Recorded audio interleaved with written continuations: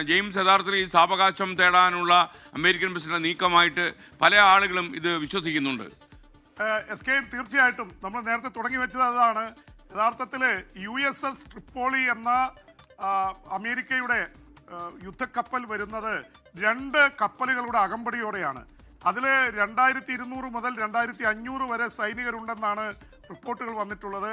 അതിൽ F-35 യുദ്ധവിമാനങ്ങളുണ്ട്, ഹെലികോപ്റ്ററുകളുണ്ട്, അതുപോലെ തന്നെ വലിയ രീതിയിലുള്ള ആയുധങ്ങളും കൊണ്ടാണ് അത് വരുന്നത്. അതിൽ വരുന്ന ഈ നാവികസേനയെ ഉപയോഗിച്ചുകൊണ്ട് ഒരുപക്ഷെ ഓയിൽ ഹബ്ബായിട്ടുള്ള ഇറാൻ്റെ ഓയിൽ ഹബ്ബായിട്ടുള്ള കാർഗ് ദ്വീപ് പിടിച്ചെടുക്കുക എന്ന ലക്ഷ്യം ട്രംപിനുണ്ടെന്ന് പറയുന്നു. അപ്പോൾ ഇതൊരു പുകമറയാണ് 5 ദിവസത്തേക്ക് എന്നുള്ളൊരു വാദം ഉയരുന്നുണ്ട്.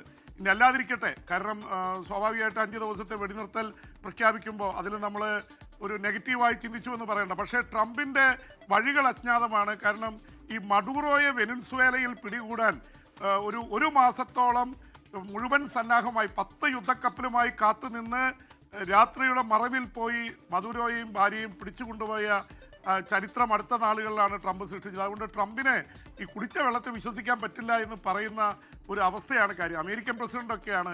പക്ഷേ ഇത് നമ്മൾ ഇന്നലെ വളരെ വ്യക്തമായി പറഞ്ഞതാണ്.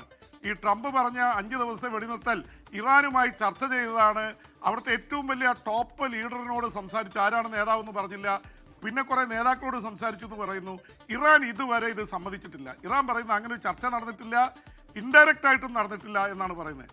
ഇപ്പോൾ പാകിസ്ഥാനെ പിടിച്ച് ചർച്ച നടത്താൻ പോകുന്നു എന്നുള്ളതും നമുക്കൊരു പക്ഷേ വിശ്വസിക്കാൻ ബുദ്ധിമുട്ടുണ്ട്. കാരണം പാകിസ്ഥാൻ ഇസ്രായേലിന് അത്ര വേണ്ടപ്പെട്ട ഒരു രാജ്യമല്ല. അതുകൊണ്ട് ഇന്ത്യയും മറ്റു രാജ്യങ്ങൾ, ചൈനയൊക്കെയാണ് പിന്നെയും ചർച്ചയ്ക്ക് കൂടുതൽ ഇതുള്ളത്. എന്ന് മാത്രമല്ല, ചൈന ഈ തരത്തിൽ പ്രശ്നങ്ങൾ തീർക്കണമെന്നുള്ള ശക്തമായിട്ടുള്ള നിലപാടെടുത്തിട്ടുണ്ട്.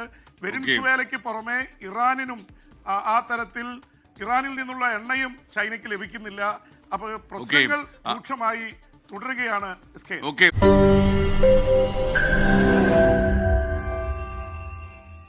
ലോകത്തെവിടെയായാലും ഏത് സമയത്തും 24 വാർത്തകളും ഓഗ്മെന്റഡ് റിയാലിറ്റി പാക്കേജുകളും എക്സ്പ്ലെയിനറുകളും വിശദമായി കാണാൻ ഞങ്ങളുടെ YouTube ചാനൽ നിങ്ങൾക്ക് സബ്സ്ക്രൈബ് ചെയ്യാം.